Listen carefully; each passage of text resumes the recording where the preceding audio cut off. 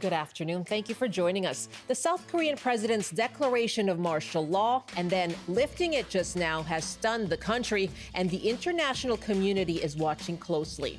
South Korea is a key ally for Canada and trade partner for BC. So what does the political uncertainty there mean for us here? That's up first. And an advocacy group says Canada is failing to address disability poverty. They're calling for the government to triple the incoming Canada disability benefit. We'll hear from them and take your calls after 12:30. I'm Michelle Elliott. Welcome to BC Today.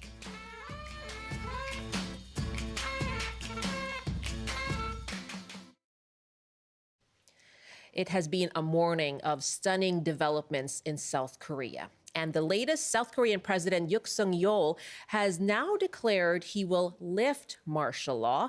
This comes just hours after he declared emergency martial law, effectively shutting down parliament and calling in the military to prohibit rallies and demonstrations.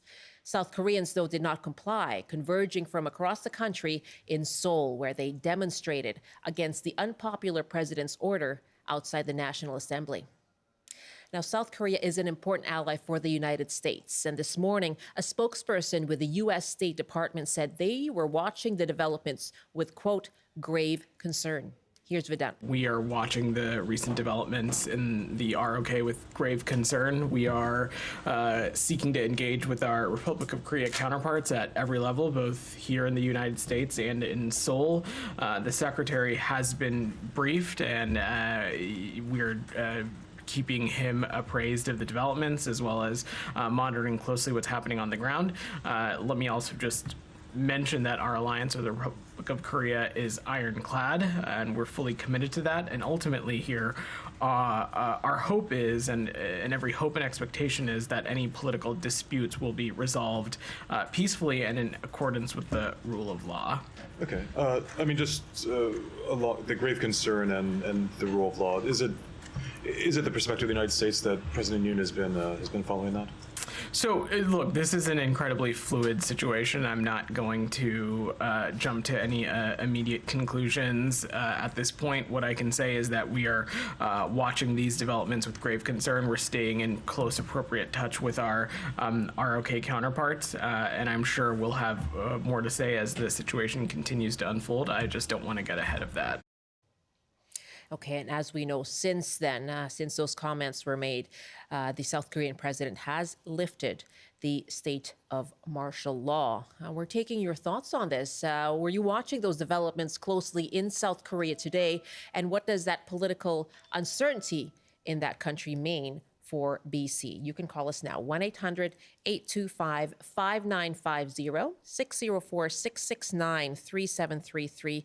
And you can now hit pound 690 on your cell phone and get through to us. You can also email bctoday@cbc.ca. What are your thoughts as you watch the developments in South Korea? And what does that mean for Canada's relationship with Asia? Let's give us a call. We'd love to hear from you.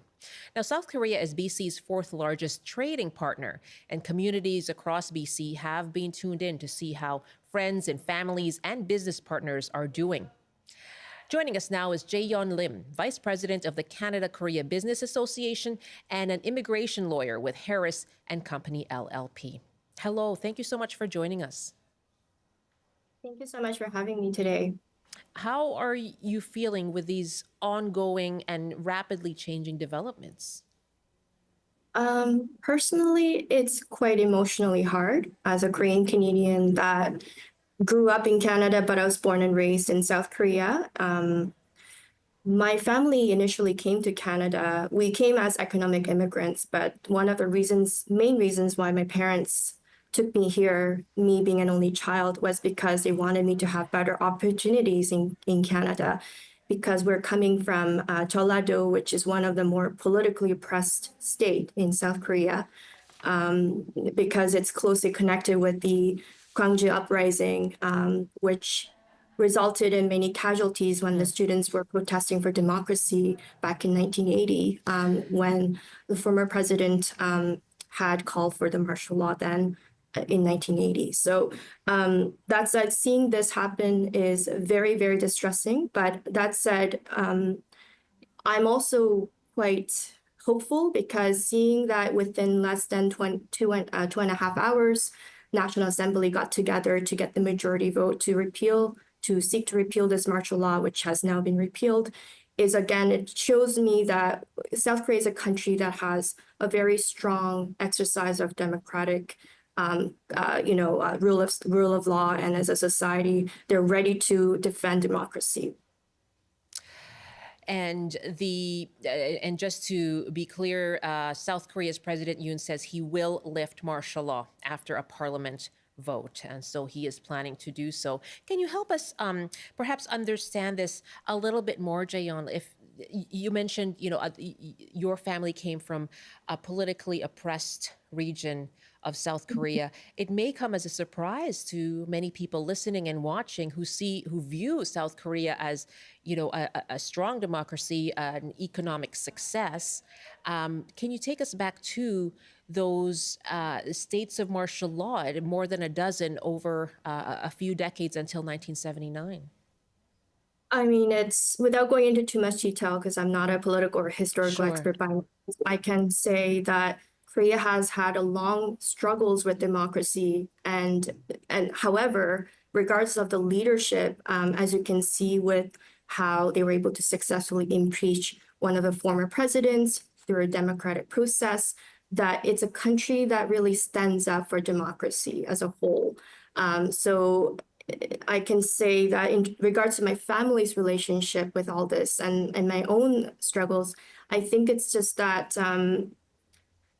democracy takes a long time to take root culturally speaking. I think it's one of those things that takes a while. And for my family, we came from one of the southern regions in Korea, Jeollado, and it just meant that if I could say that I'm from a certain area, I would be discriminated against in things like applications for colleges and universities and for certain jobs that are one of the top, strongly viewed kind of opportunities. So ultimately, my family made a sacrifice by coming to Canada so that their only child can have better opportunities. And I'm really grateful to this day that they did so, because as a female, as a lawyer, I feel that I have way better opportunities in Canada than I would if I were to be in Korea. But all that said, I do feel that, I feel hopeful though that this shouldn't impact the trade and bilateral relationship, because in the midst of, regardless of everything going on, Korea and Canada have been longstanding trade partners with strong trade both sides. And I'd love to get into that a bit more because I know you're closely involved with that. And I also want to ask you, many families have done as your family did, moved to Canada, to BC. We have some very large communities here of Korean Canadians. How closely do they watch how things are in South Korea? What are the ties there? I would say on the whole, I mean, one of the largest immigrant centers in terms of Korean diaspora in Canada would be BC and Ontario, probably. And on the whole, I think there's a very strong interest in terms of Korean companies seeking to expand to Korea for opportunities. Because if you're not a large conglomerate company, then you probably have less opportunities for growth internally within Korea, which is why many of these national companies are seeking to expand in BC, Ontario, Quebec, Alberta, for example, so that they can have better success in terms of expansion. And certainly the CKFTA, which has been in effect, has been a huge help for people to expand to Canada as well. This is the Canada-Korean Free Trade Agreement. Yes, that's correct. Yes.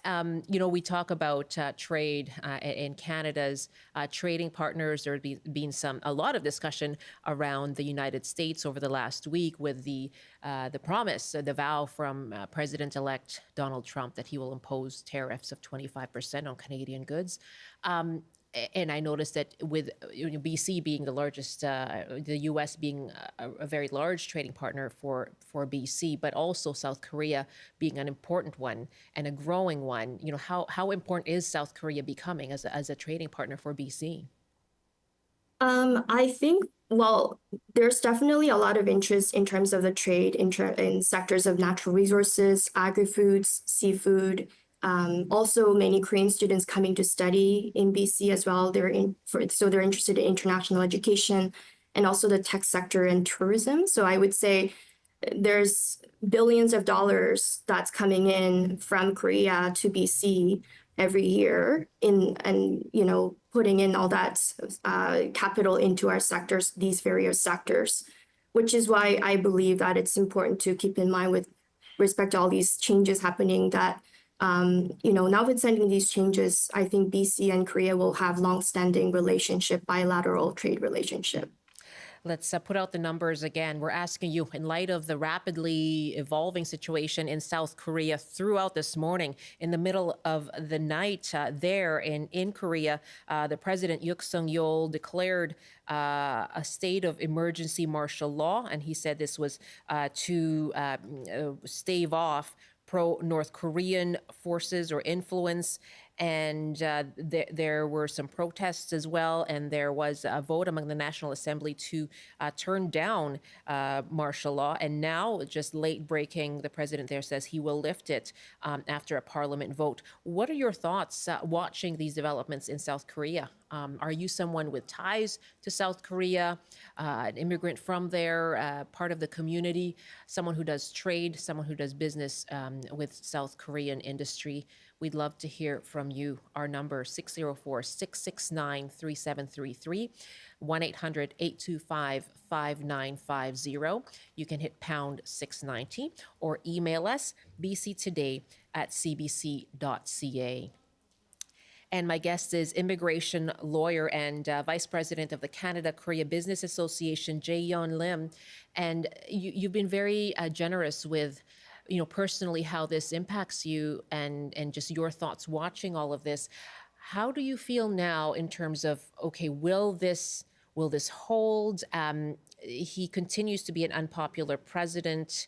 There is still the opposition and the sort of economic uncertainty right now. Like, how do you feel moving forward? I think that it speaks to the current economic hardship that South Korea is currently going under. There are many people with debt that are struggling, businesses that are going into bankruptcy, that are small businesses. There's a bit of instability happening overall. But I think that is probably reflective of many countries, including Canada at this point, in terms of economic hardship and hard times and recession. That said, I think that today is, again, a testament to the fact that democratic rule of law is very strong in Korea, regardless of the leadership. And what is the, and I'm keeping in mind that you are not a political commentator here, but to what degree do you take the threat of North Korean influence that was referred to by the president as he made that declaration of martial law? I'm afraid I'm not cognizant enough to speak on Sure. that subject. Apologize. No, that's fair. Thank you very much for clarifying that. And for yourself now, do you have personal connections that you're thinking about or connecting with? Yes, I want to call my relatives that have probably been staying up all night watching and looking and waiting around for all these developments. I've been getting calls since 5 a.m. So I just want to talk to them. Yeah. And have you been able to, or? No, it's just been a bit of a busy morning, but again, I'm very relieved to hear that the martial law has been repealed. What will you be watching from here on in then? What are you watching for? I'm watching to see what will happen next in terms of what the opposition leader will be doing. And I don't know what will happen next, but again, I have strong faith that, again, it's a strong nation of people that are ready to protect democracy. And when it comes to your members, it sounds like you're reassuring them of the stability of those trade relations. Yes, I mean, I think that we have seen historically, even before all this, that regardless of difficulties with democracy in Korean history, we have seen even in 1980s, Canada and Korea were longstanding trade partners.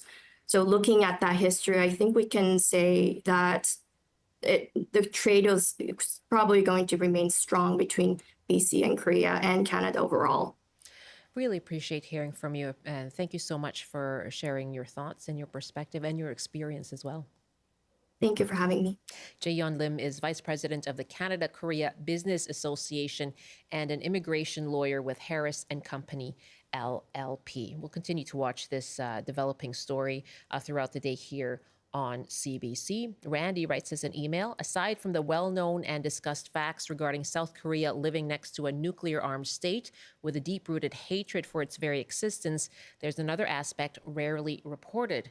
After Saudi Arabia and Venezuela, who have the largest petroleum refineries in the world, South Korea has the number 3 and 4 largest refineries.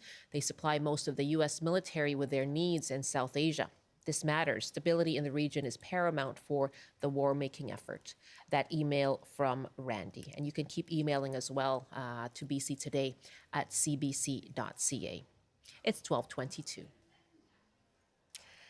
And this Friday, December the 6th, is our annual CBC British Columbia fundraiser in support of food banks in BC. The new name is Make the Season Kind. It's your chance to spread kindness yourself and make a donation to one of the 108 food banks in this province. And Friday also happens to be the day Taylor Swift opens her Vancouver concerts, 3 of them, in fact. And incidentally, that's just around the corner here from the CBC at BC Place. So we are going to celebrate Make the Season Kind here on BC Today, live right outside the building on the outdoor CBC Plaza. So we can soak in and say hello to people who are heading over to the Eras Tour, just hop, skip, and away from here. I'll be hosting a special 3-hour edition of BC Today. We'll be on stage on the outdoor plaza with Margaret Gallagher, host of North by Northwest. And we'll be joined by some special guests as well. Again, a 3-hour edition of BC Today. All of this to raise funds for food banks in BC. And you can donate now. Just go to cbc.ca/kindbc. Just click on Donate Now. There's a button at the bottom, and you can choose which food bank to send your donation to. Again, that is Friday, December the 6th. Mark it on your calendar if you haven't already. That's our special day of programming. Make the Season Kind, all in support of raising funds for food banks in British Columbia.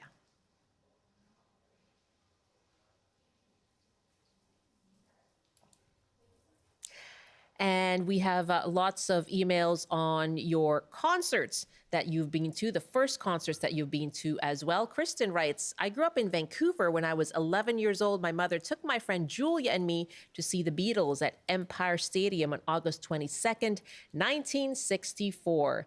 I remember also hearing songs from the Righteous Brothers. Mom seemed to enjoy herself, and we had the best time. Julia and I were mystified to see that some fans fainted and were transported away in an ambulance. Both of us were so grateful to my mom, who died recently in Vancouver at the age of 107 years old. I hope everyone enjoys their Taylor Swift concert.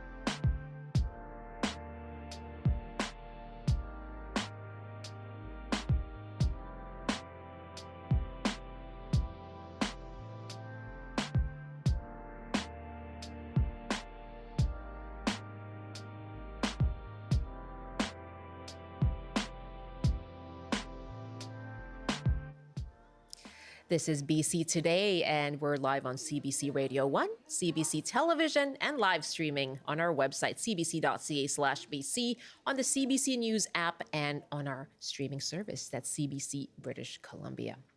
and lots of emails. We asked for your first concerts yesterday as we look ahead to the Taylor Swift concert opening on Friday, the first of 3 as her Eras Tour wraps up here in Vancouver. What a massive tour. Started in March last year, ending right here in Vancouver, which makes it an even bigger deal. But Beth writes us, okay, in terms of her first concert, a far cry from Taylor Swift. My first concert was Deep Purple, rocking out in clouds of smoke, cigarette, and otherwise. Rebecca writes, my first big concert was seeing Coldplay in 2005. They were at the height of their success, and the energy of being in the crowd full of other teenagers screaming their lungs out was incredible. I went with my sister and 3 friends, and the feeling of being with them and singing along made me realize this kind of feeling is what life is about. I dumped my first boyfriend as a result because that night I realized life is too short to waste if you don't really feel that way about someone. It was really profound for me, and I still smile when I think about it and what the experience taught me, a naive 15-year-old. I don't think you were that naive if you made that realization at that time. Thank you for that email, Rebecca. David writes, Iron Butterfly, grade 10. None of us could drive, so we rented a bus.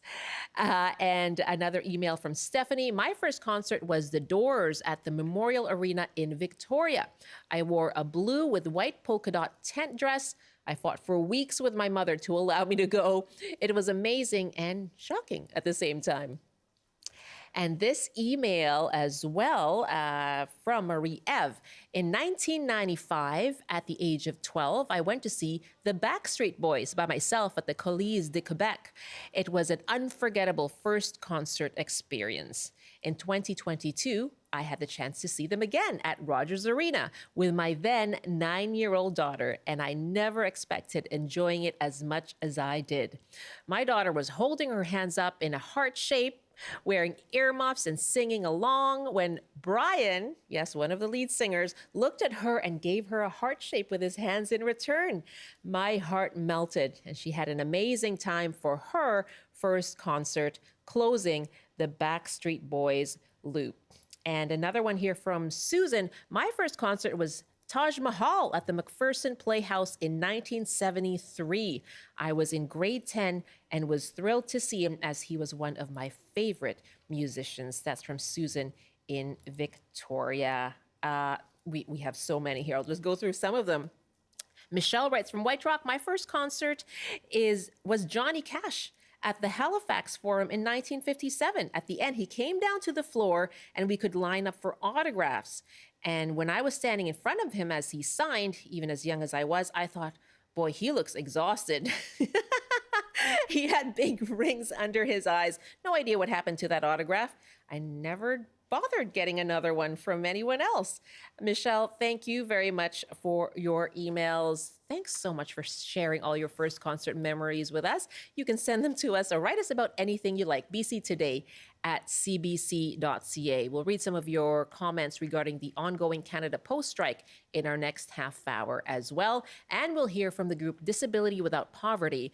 On this International Day of Persons with Disability, they have released a report and they're giving the Government of Canada an F, a failing grade for addressing the issue of disability poverty. They say that the incoming Canada Disability Benefit is inadequate, and they're calling for it to be tripled as it comes into effect next year. So we'll hear from the chair of Disability Without Poverty, and we're asking you, what are your thoughts on the new and incoming Canada Disability Benefit? What's needed to make an impact when it comes to poverty among people with disabilities? We'll take your calls on that coming up after the CBC News Update with Rob Zimmerman. Good afternoon. A new report is calling on the provincial government to do more to protect women fleeing abusive relationships. The report released by the Battered Women's Support Services calls for mandatory arrest for abusers who breach protection orders. Attorney General Nikki Sharma says the report raises serious issues, which is why there's an ongoing systemic review into the way the legal system treats victims of sexual and intimate partner violence. Vancouver police are investigating another another stranger assault in the downtown core after a man was struck in the face over the weekend. Police say the 28-year-old victim had injuries but didn't have to go to hospital. Surveillance footage shows the suspect hunched near the wall of the Bay store, then lunging at the victim with his elbow, knocking the man to the sidewalk. The attack comes after police arrested a man in September for 2 stranger assaults that left one man dead and another with his hand cut off. And if you need to park in downtown Vancouver this weekend, brace yourself for the costs. Parking fees next to BC Place have climbed to more than $150 on each of Friday, Saturday, and Sunday nights during Taylor Swift's concerts. The cost of a short ride to the stadium with Uber, meanwhile, has already quadrupled when pre-booking for concert nights. And now the forecast. A snowfall warning is in effect for Watson Lake, and a freezing rain warning continues for the Peace region. On the north coast, rain this afternoon with strong winds and a high of 10. In the central interior, including Prince George, a high of 3 with periods of rain. Highs from -2 to +2 and mainly cloudy in the Kootenays. In the southern interior, including Kelowna, mainly cloudy with a high of 2 as well. And for Metro Vancouver, Greater Victoria, and the Fraser Valley, a mix of sun and cloud this afternoon with highs around 8 degrees. That's your CBC News update from Vancouver. Well, you've got to have a big budget to go into downtown Vancouver this weekend. That's an expensive night Oh, my of goodness. parking. Just for parking. Just to get into town and then to Yeah. park in town, $150 to park. And I guess that surge pricing is going to be in place for the Uber and whatnot. I'm sure, yeah. Yeah, that's going to be. And- so maybe transit. Maybe, Might be a good maybe idea. transit, sleep over somewhere. Yeah. Yeah, exactly. Rob, thank you very much. You bet. Yeah, good to keep in mind. That's very important information. Rob Zimmerman in the CBC Vancouver newsroom. And we talked about the Canada Post strike yesterday on the show. It is into its 3rd week now, impacting small businesses and charities. The union is reviewing a, quote, negotiation framework that was put forth by Canada Post to try and reignite talks. Now, Michael writes us from Christina Lake, I'm on the union side, the workers' side, 100%. Whatever they're asking for is not enough, as they haven't kept up with the cost of living for a long time. By definition, crown corporations have a long-standing presence in the country and have been instrumental in its formation. They can provide services required by the public that would otherwise not be economically viable as private enterprise. Contract negotiations have been going on for over a year, but the employer's not budging because they know the government will eventually step in. The union going on strike this time of year is their only bargaining chip.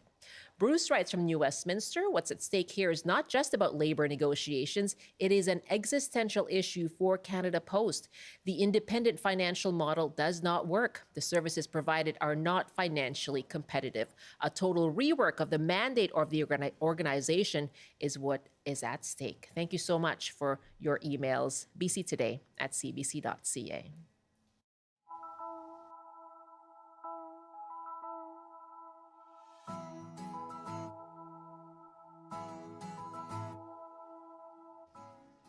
Make the Season Kind is the new name for our annual CBC British Columbia fundraiser in support of food banks in the province. We have a day of special programming planned for this Friday, December the 6th, all designed to support the 108 food banks. Here's a story of one young mother on disability who finds herself needing the support of a local BC food bank. I'm like really poor and I don't have a lot of money, and I heard about this food bank to help my baby, and it was very helpful because I always get milk formula and I don't have to struggle at all. So it's very helpful and handy what they're doing for everyone else. I have my friend who told me about this food bank, and I called in and I say, hey, do you sell milk formula? And they said, yeah, we do it every week. You come on this day and we'll help you out. And I come in and everyone's super nice, and they always give you milk formula and they're always helpful. I live in a basement and I'm disability and I don't get a lot of money. I only get paid once a month. And it's a struggle because I'm a single parent and not easy to have raising a child. Well, I pay $1,800 for rent for a 2-bedroom, and it's like a prison. Like, it's very, very small. But I always ask my best friend for help, or I go to the food bank every week. I get up around 6 o'clock in the morning, come here early in the morning to get good stuff. Because if you come late, you don't get good stuff. If you come early, you get good stuff. So that's what I do, and I come here and I get food for my baby, and she's happy, and I'm always happy, and I come here every week. I like that they had to check your ID to make sure you're actually who you are. Now, Friday, December the 6th, is our 38th year in a row that the CBC audience helps fellow citizens in need of using the food bank. Make the Season Kind is a new name for our event. I'll be co-hosting a special 3-hour-long edition of BC Today with my colleague Margaret Gallagher. But you don't have to wait until Friday to make that donation to the food bank of your choice. Just go to cbc.ca/kindbc and you'll find the Donate Now button. That will take you to a drop-down menu with all 108 food banks in this province, and you can choose to direct your donation to one of those food banks. Within hours, you will get a tax receipt to your email address. Again, cbc.ca/kindbc, and just click on the Donate Now button. 12:37 now, you're with BC Today. I'm Michelle Elliott. Thanks so much for joining us. It is the International Day of Persons with Disabilities, and the advocacy group Disability Without Poverty has issued a report card giving Canada a failing grade on addressing disability poverty. The group says the new and incoming $200 a month Canada Disability Benefit is inadequate, and they're calling on the government to triple the amount when it goes into effect next year. We're taking your calls on that. What are your thoughts on the Canada Disability Benefit? You can call us 1-800-825-5950, 604-669-3733. You can hit pound 690 or email bctoday@cbc.ca. Michelle Hewitt is chair of Disability Without Poverty and joins me now. Good afternoon. Hi, Michelle. How are you doing? Happy IDPD. And to you, thank you very much for joining us. And why does your report card give the federal government a failing grade on addressing disability poverty? Yep. I'm a former school principal before I was disabled. And so last year, we gave them an I for incomplete because there was still work to be done. And we thought there was a chance that they could lift their heads up and see who disabled people are and their needs. And instead, we had a budget that came out with $200 a month maximum for people, which doesn't lift anybody on a provincial or territorial disability benefit over the poverty line. Today, I noticed the Minister Carer's statement saying that they're hoping that they will at some point they'll be able for disabled people to meet the amount that seniors get on OAP and GIS. Well, that is still below the poverty line, so that's not particularly aspirational. The eligibility process is incredibly difficult because it includes the disability tax credit, which only 40% of all the people eligible to receive it currently receive it. And for all we don't have figures, I would imagine that those disabled people living in poverty, it's way below 40% for them. Let's say 20%, it's just a guess, because it requires you to have a medical, which is expensive, and those kinds of things. So you put all of that together for a benefit that's still not going to come out till July 1st next year, and who knows what might happen before then. And we don't think they've done anything to deserve better than the incomplete that they got last year. And really, it's an F. We sat around and we talked about it and we looked at the data and we thought, can we offer them better than this? No, we can't. And that was before they came out with their plan to spend $6 billion in 2 months on Christmas giveaways, on the GST rebates and the $250 check, which they've now had to kind of pause for a bit because it didn't include anybody who wasn't working. And does that not also benefit people with disabilities? You're talking about the GST holiday that the Prime Minister put forward and the $250 rebate coming in spring that was proposed. people who are living in poverty are not going out to eat in restaurants. They're not buying books and Christmas trees. And the other things, diapers and kids' seats and that, they shouldn't have GST on them anyway, right? And then the $250, right? If there's two of you in a household that earn $150,000 each, you get $500. If you are disabled on PWD, if you cannot work through no fault of your own, you're not seen as having any value and you get zilch. And I'll just remind the figures, the amount that the government put in the budget for the Canada Disability Benefit was $6 billion over 6 years. And the combined cost of the $250 checks and the GST rebate was $6 billion over 2 months. So it's amazing how they can find money on a whim when they want to. So we're not happy, and we really just don't see how things are going to change anytime soon. And so we're calling on the government to make a real change and to triple this benefit before it comes out on July 1st. I mean, that's only, I know, $600 sounds like a lot of money, but if you're on PWD in BC, that still doesn't lift you to the poverty line. You're still $300 short of the poverty line. So, you know, it seems entirely reasonable that we ask the government to at least lift people to the poverty line. We're asking our audience for their thoughts on the Canada Disability Benefit, and it is incoming in July 2025, and the group Disability Without Poverty saying that is inadequate. It's at $200 a month, up to $200 a month at this point, and they're calling on the government to triple that amount when it comes into effect.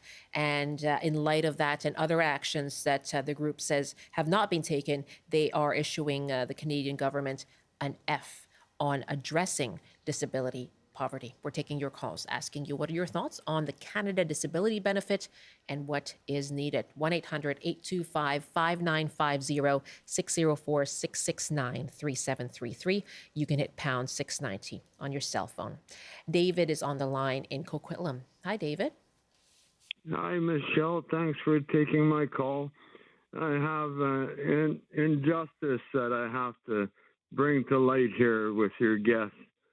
Because the PWD I'm a senior now, and so I used up all my savings, and I'm allowed to work for $1,500 or $15,000 a year, but nobody will hire me because I'm disabled. I worked for 52 years. And I finally getting my CPP, and they're clawing that back off of my PWD. Yeah, I'm only 2 rent increases away from being homeless here. I have to go to the food bank because I can't afford, to buy the food. I just can barely get by on what they're giving me. They should get rid of the clawback for the CPP and the old age security off of the PWD. This is the personal disability amount. Okay, yeah. Yeah, no. Like, I'm allowed to make this money if I can work. I can't even get a job at McDonald's. What are you told? What are you told, David, when you're applying? When I applied for it, and they gave it to me, and then all of a sudden they say, you're getting now income from CPP, so that counts as income. But I'm allowed to make $15,000 a year if I work. Right. But I did work for 52 years. I worked. Right. And David, now what are you told by employers when you're trying to find that work? Well, if I come in with my scooter, they look at me and say, "Well, no, we don't need you." Like, my mind is still there. It's just my physical, because through no cause of my own, but, I just wound up being disabled. And a large part of the population will experience that. David, I'm sorry that you're having this difficulty first with finding work, and you're coming up against that difficulty around clawbacks. Let me just go to Michelle Hewitt on that. Perhaps you want to. Yeah. If I can say that the clawback thing, they should amend it, because I'm allowed to make that money if I could work, and I did work. Okay. You know? David, thank you so much for sharing your story. All the best to you. And now having to use the food bank because of rent. And he's saying a couple of increases, and I would be out of a home, and now relying on food banks as well. Michelle, yes, if you could please clarify the issue of the clawback there. Yeah, completely hear what David's saying and completely agree with him. So, we get into provincial, federal jurisdiction. So, but if we just deal with what David was talking about, PWD, first of all, you're not allowed to have CPPD on top of that. It gets clawed back dollar for dollar, basically. There are some, that's a simple way of looking at it. Mm-hmm. But as David said, if he could work, if someone would employ him, he would be allowed an extra $15,000 a year. But he's not allowed that out of the CPP money, even though he did work to earn that. Because to get that, you have to pay into it through your CPP contributions. So that's something. And again, allowing people to keep the money that they've earned through no matter what. At least up till the poverty line. Why should we be arguing, right, when we're only talking about the poverty line? Now, one thing that has happened very recently is MP Bonita Zerillo, whose, I'm going to get it wrong, her constituency is Port Coquitlam. I'm in Kelowna. I get it all mixed up. But she is the NDP disability inclusion critic, and she's put forward an amendment to the Canada Disability Benefit. So that's the federal benefit coming out next year, calling for no clawbacks, calling for no clawbacks in this situation, whereas it's based on benefits, but also calling for no clawbacks based on household income, which is something that we're very concerned about as well, that disabled people are not able to keep any income of their own. Okay. Michelle, we're just having some difficulty with our connection with you. Michelle Hewitt, Chair of Disability Without Poverty, joining me, yes, from Kelowna, and the MP, the NDP MP she was speaking about was Bonita Zerillo, MP for Port Moody, Coquitlam. There you are. Can you hear me now, Michelle? I can hear you. I could hear you all along. I guess you couldn't hear me. Control was just trying to talk to me. So yes, that can be confusing. Yes, I thought you were. Yes, that is Bonita Zerillo. That's the name. I'm enthusiastic, but not necessarily that enthusiastic. Right, yes. So Bonita Zerillo is the MP for Port Moody, Coquitlam. So just to clarify that. And let's just take another call here. I'd love to ask you about the employment part of it as well, because that is part of the Inclusion Act that the federal government has put in place. So what progress we're making there, and just jumping off of David's question and call. But Michelle is joining us now in Langley. Hi, Michelle. Hello. Thanks for calling. And what did you want to say about the disability benefit?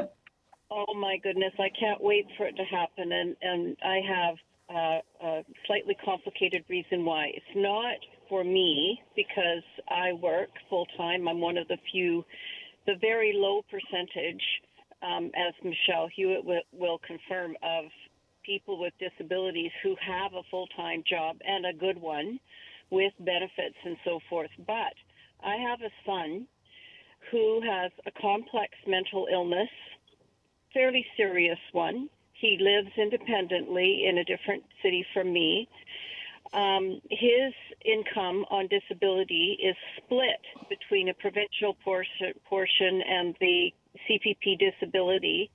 And so all of his provincial money goes towards his rent, plus out of his CPP disability, I transfer the remainder for his rent and utilities. His current rent and utilities is 90% of his income. 90%. Which means He gets 2 food banks every month. He's in Penticton, so there's not as much available for food bank support, but he gets 2 of those a month. But I cover his big grocery order every month. I cover all his non-prescription medications. He can't even afford to get his laundry done. I do that. I cover his phone. I cover his internet because there's nothing left.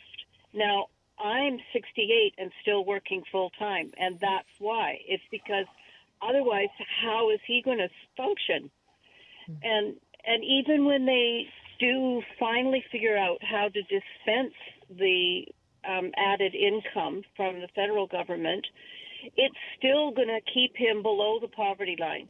A total of $2,000 a month is still only $24,000 a year. That's insanity. You know? So it's really frustrating. What I can hear that, and it's certainly very worrisome for you in terms of right now you're able to support him. But what difference will the Canada Disability Benefit make, and do you agree that it needs to be increased? It needs to be increased, and it probably should be for a single person at least $2,500 a month. And then, honestly, I would not have to cover anything. He could pay for it. But right now, it's an impossibility, and I'm worried because I can't retire. Luckily, my job requires my brain and not my body. But how much longer can I keep going like this? And because of him, I have basically no savings. So I'm going to be relying heavily on, CPP and my pension from work and all that stuff. And I won't have any spare money to help him.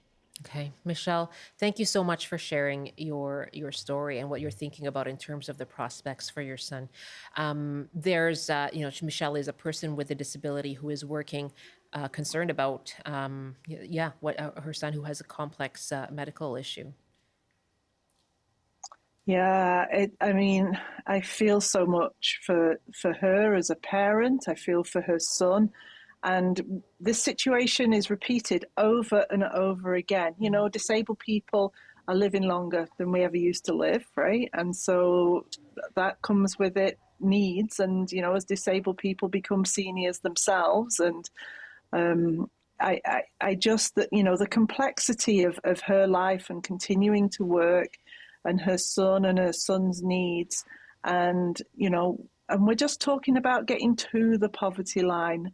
We're not talking about lollipops and rainbows here, and we're certainly not talking about Christmas trees, saving the GST off them and going out to restaurants, right? And when you refer to that, I wonder, let's just talk about government decision-making on spending.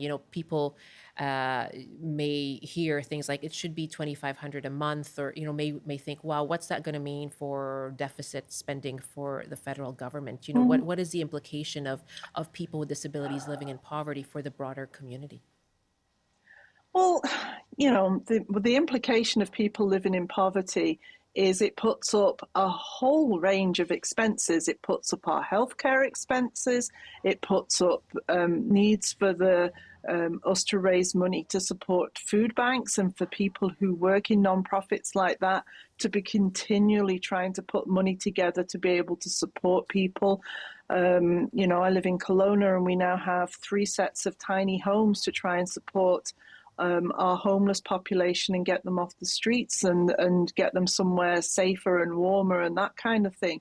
So putting money into people's pockets, there's been plenty of research that's been done that's shown that they don't go off and spend it on trying to park at a Taylor Swift concert this weekend, or they don't spend it on restaurants. They spend it on their rent and on food.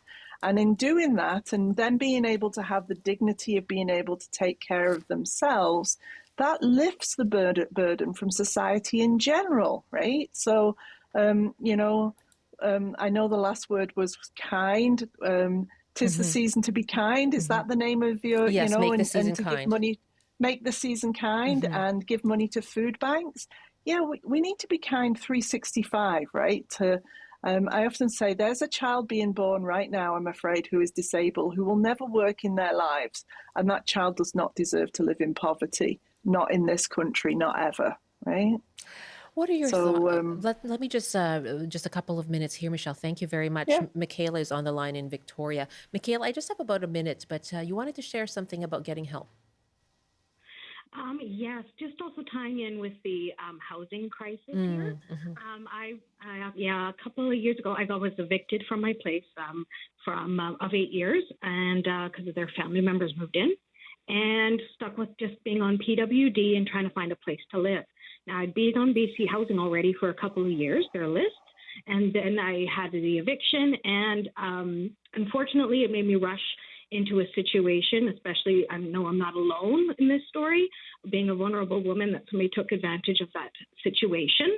And thank goodness I got myself out. But thankfully to a local team called ISST here in Victoria that just by the stroke of luck, it just kind of came out to provide me with a rent subsidy to find a place while I can remain on BC Housing's list.